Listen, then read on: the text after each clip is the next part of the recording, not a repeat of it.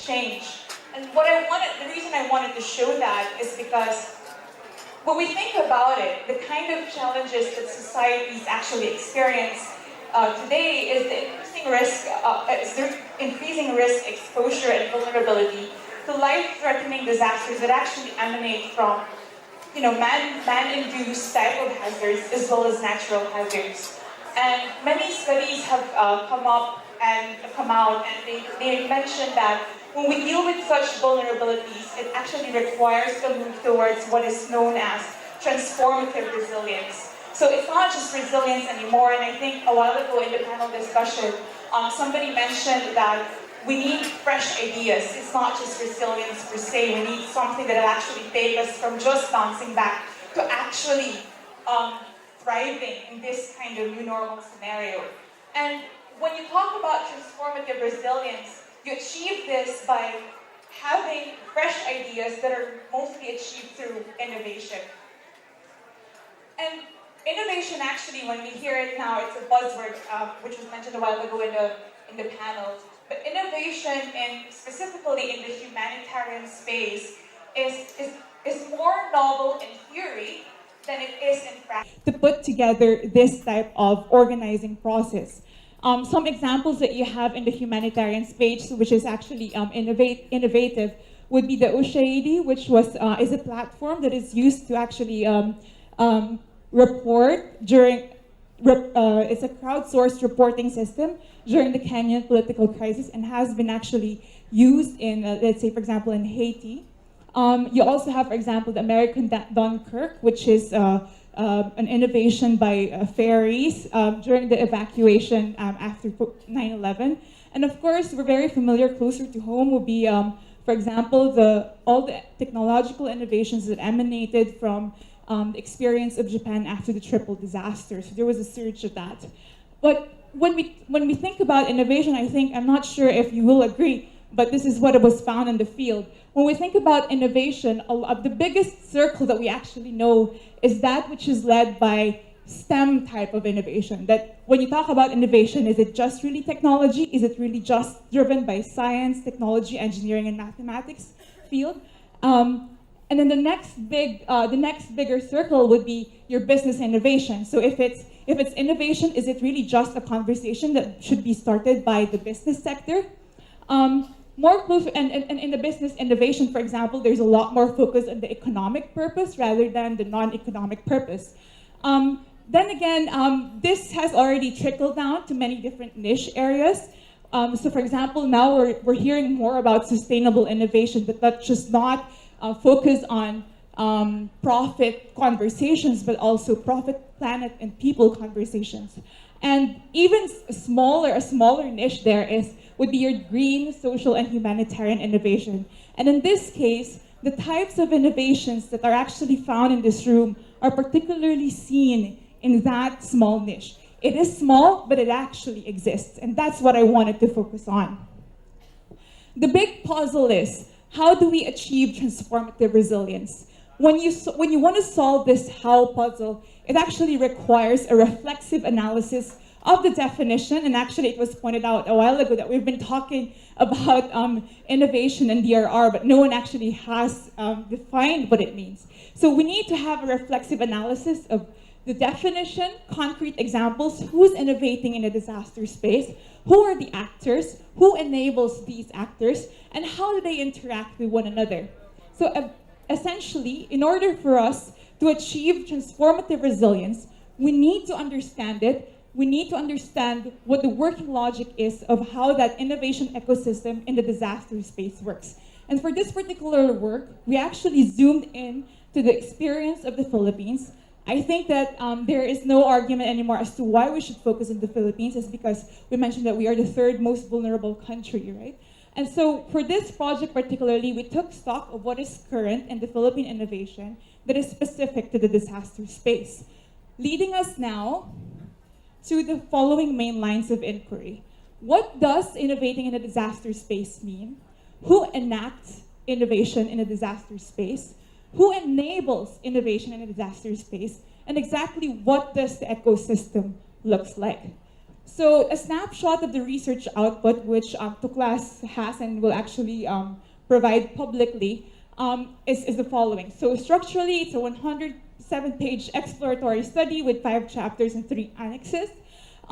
We did an exploratory inductive research using pluralistic qualitative methods. So this is in-depth interviews, log of email exchanges, also calls, and a survey questionnaire. We started because it's an exploratory study and we're still just trying to understand who the people are. There's no finality to the list. Of course, I just wanted to mention that. But we do have 17 in-depth cases of enactors, which also includes, I think some of them are actually in this room. And we also do have a really good database from the 40 TUKLAS innovations, and we also have 9 in-depth cases of enablers. Who we are targeting for this study are the enactors and the enablers, particularly for the enactors to understand the space that they're navigating.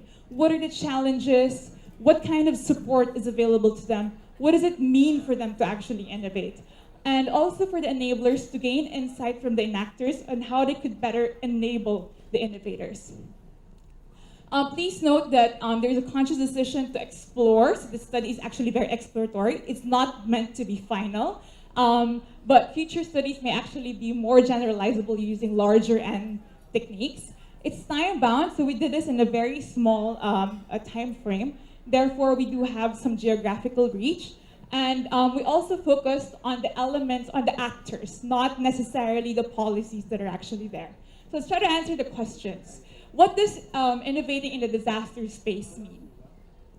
So we don't want to reinvent the wheel, right? So we focus on the OECD definition of innovation, and that definition actually has 3 main characteristics. The characteristic of newness, the characteristic of it being manifested through a tangible good, a service, or a process, and also the fulfillment of a purpose. We find that based on the 17 in-depth cases and the 40 TUKLAS innovators, all of these are actually present. But one defining factor which differentiates innovators in a disaster space from innovators in, let's say, the business space is the third characteristic, which is the fulfillment of a purpose. So when we think about innovations in the economic space, most of them are actually just focusing on the economic purpose. But what we see among the innovators in the disaster space is that they do have a combination of purposes. And these will include your economic purpose, which is the drive to create profit so that they can become sustainable, and also a non-economic purpose, which are the drive to actually create social impact. And that is actually very critical. And they do have different combinations. Some of them have high economic purpose and non-economic purpose. Some of them have low and high combination, and the others have high and low combination. And when that happens, you actually are able to extrapolate the type of actors that are born from it. So for example, those who have non-economic purpose and low economic purpose are innovators that are mostly humanitarian organizations, academe, government, and private sector organizations or private sector networks, okay? Not the private sector firms, okay? But for those who have high non-economic purpose and high economic purpose, these are what we call the hybrid organizations. So most of them are actually social entrepreneurs. They don't just think about the profit, but when they design the product, they're already thinking about the social impact. And then you also do have those with high economic purpose and low non-economic purpose. They start out as for-profit businesses, but then they realize that the kind of product that they actually created is something that can have a pivot to the disaster space or the social space. And that's actually extremely important. And for example, we do have some examples of cases of innovators here actually. In which phase of the disasters are these innovations applicable? So these are just some of the examples of the in-depth cases that we had. And we've asked them to actually identify where their innovation is applicable. So is it in the preparedness, mitigation, or prevention phase? Is it in the response phase or the recovery phase? I think a key takeaway here is that none of these innovators are only are isolated into just one part of the cycle. And I think the reason for that is because a disaster is a boundless type of problem. It's actually a grand challenge that actually blurs the line across across the types of collaboration that should occur over time. So all of them will have at least two applicability in each of the disaster phase. Now, if we want to zoom into who enacts innovation in the disaster space, we define enactors as any type of actors. So this could be individuals, groups, established organizations like SMEs, private firms, NGOs, academia, among others, that are engaged in the creation or provision of an innovative good, service, or process that can be applied to any of the phases of the disaster management. And they're one of the key components of your ecosystem. We try to just make a descriptive pie of where they are. If you will notice that the biggest, because disaster is ultimately a humanitarian led type of issue, right? So it was actually not quite surprising that many of those leading your innovation come from the NGOs, but also your SMEs. And these are actually, this actually is very much in tune with the rise of the social entrepreneurs, okay? But what I also want to highlight here is, because we also relied on the data of TUKLAS, would be engaging the indigenous peoples, your youth, and your unaffiliated individuals, which actually include women. These are innovators that come from very vulnerable sectors. And I think that's an extremely important part of the study. So these people could actually enact your innovation. Where are they based? Majority of them are in Central and Southern Luzon, primarily because of urban Manila or your Metro Manila. And I mean, we do not want, of course this is not a general, the question that we should be asking is why is it centralized there? We also have to remember that Mindanao is prone to conflict, and we need actually some innovations emanating from there. Northern Luzon and Visayas also have, they are vulnerable to specific climate hazards. So I think it's extremely important that we do reflect on this. At what stage of innovation are they in? So in this case, it was very necessary for us to actually segregate the narrative of the TUKLAS innovators versus the in-depth cases. So this is just to show the maturity of the types of innovations that we're actually dealing with. Majority of the in-depth cases we have are already in their scaling stage. So these are innovators that are already in their 5th year, 4th year of development. Whereas the TUKLAS innovators, majority of them are in the piloting stage. I think primarily because they were also born at the same time that, is everything okay? No disaster, right? Okay, primarily because they were actually born at the same time that the TUKLAS project was actually born. Now, let's hear their voices because this is actually extremely important. We also asked about what their challenges were or are, right? And some of them actually said, you know, there are low points and there are many. And if we're gonna, when we thematically categorize the challenges that they had, you could actually look at it in levels. First, the micro level, the meso level, and the macro level. At the micro level, it's often the skill set. And also overcoming the imposter, meaning to say, some of them feel they're not sufficient, that they don't believe themselves, and they feel that they're actually faking it to make it, okay? And also values alignment, meaning to say, finding the same people, because it's actually, the focus on the non-economic purpose or the social aspect is extremely important among these innovators. And finding someone who's not just in it for the money, but also for the same social purposes that are actually driving towards is actually quite difficult.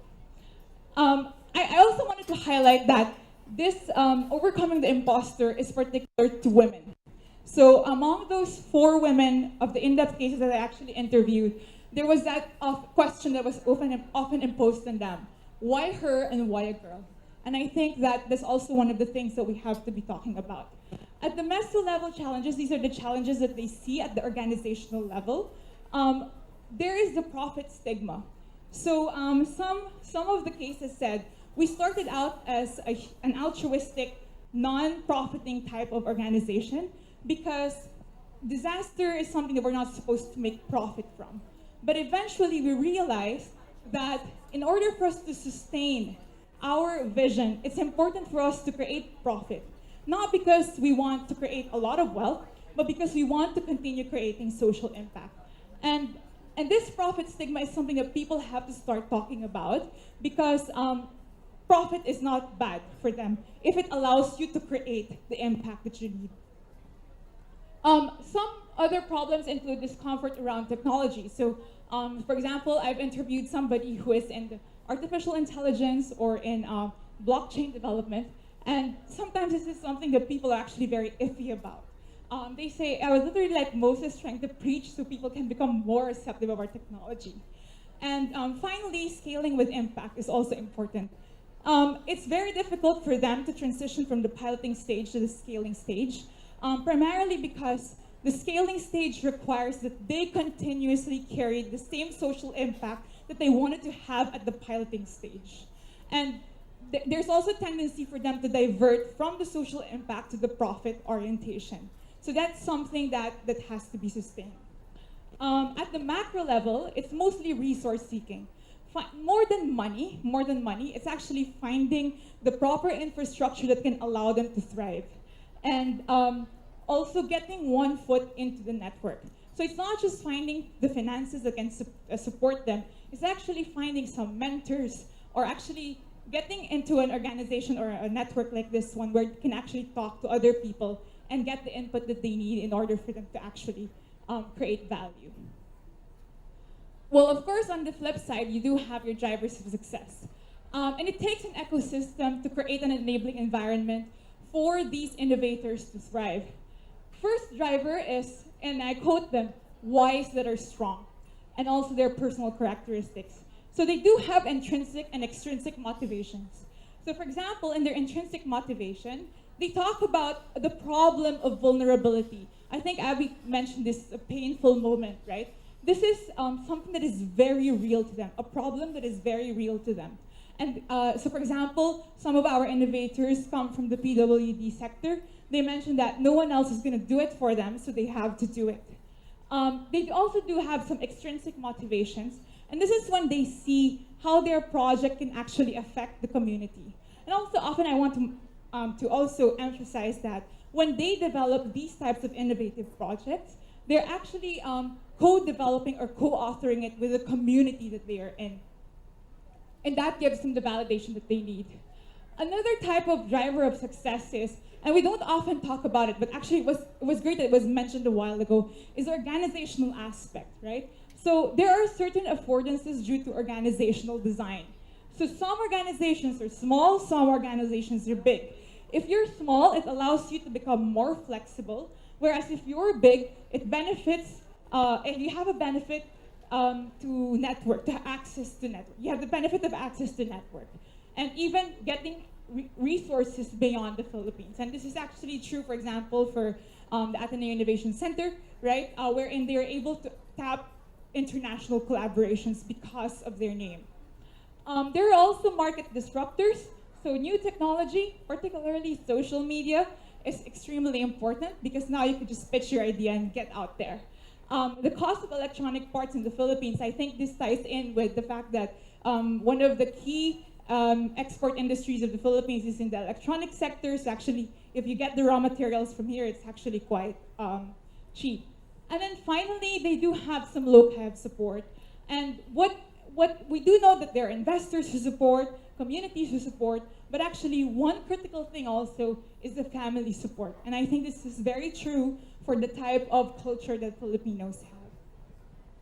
Now, who enables innovation in the disaster space? So when we talk about enablers, these are the, I think a while ago the term that was used was innovation supporters, okay? So an enabler is any actor that provides financial and or non-financial support to the enactors of innovation. And they can also be considered as gatekeepers of innovation.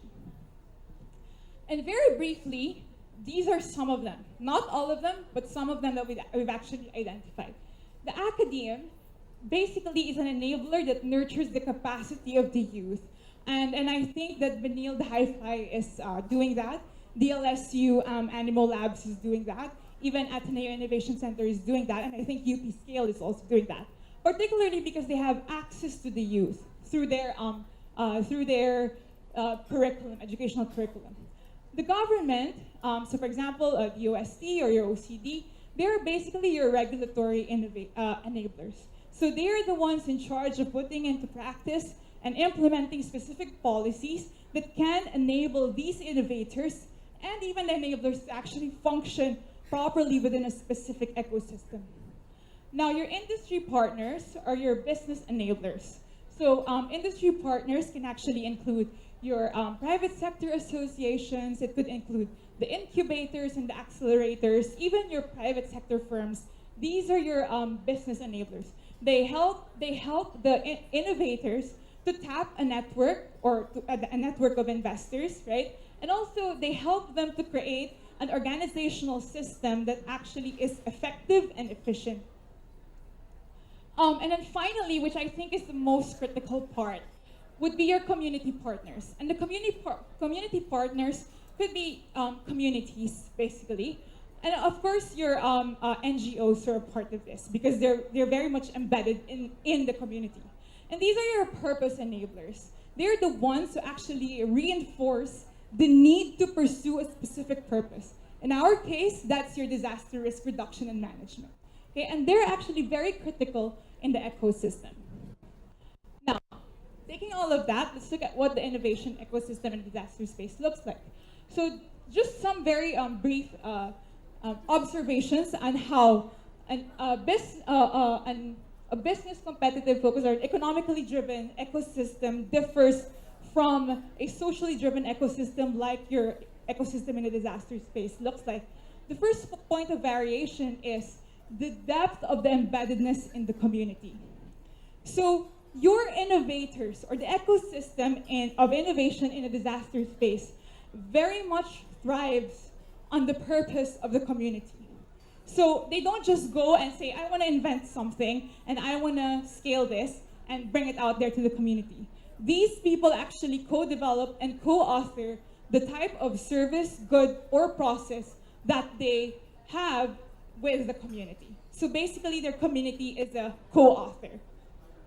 Next, innovations become cross-disciplinary. It's no longer isolated to STEM sectors. It's not anymore just talking about, let's say, for example, artificial intelligence and seeing how that can drive profit.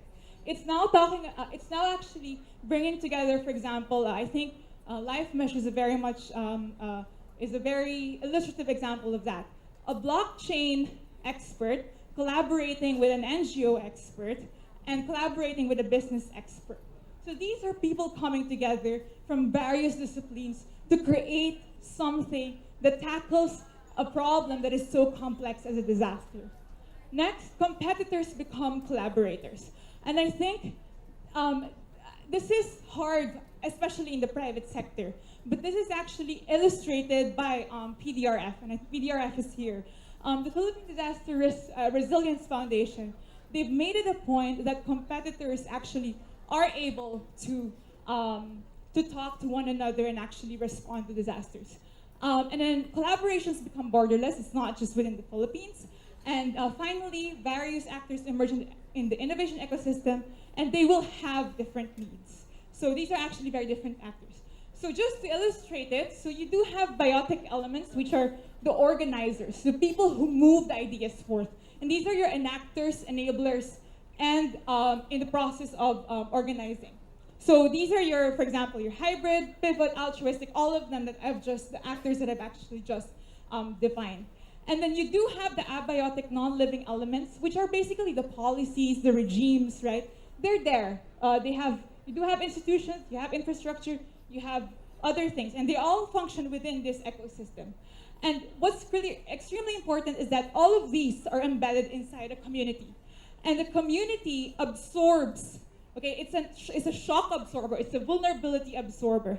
And so when it does, therefore, the community becomes the starting point from which a purpose emanates so that it could push these actors to actually innovate. And so with that, we actually could say that they are a self-sustaining system. Actors will act. The question is whether they will strategically collaborate in order to create an ecosystem that will allow them to thrive. And so so that's how I wanted to wrap up. The critical question is, what can we do to further enable them? How can we make sure, because a disaster is a grand challenge that is borderless, it's boundless, it is something that crosses jurisdictional boundaries, right? How do we make sure that all of these are seamlessly functioning in order for you to create the most effective means to innovate for disaster? And that's where I wanted to wrap up. Thank you very much.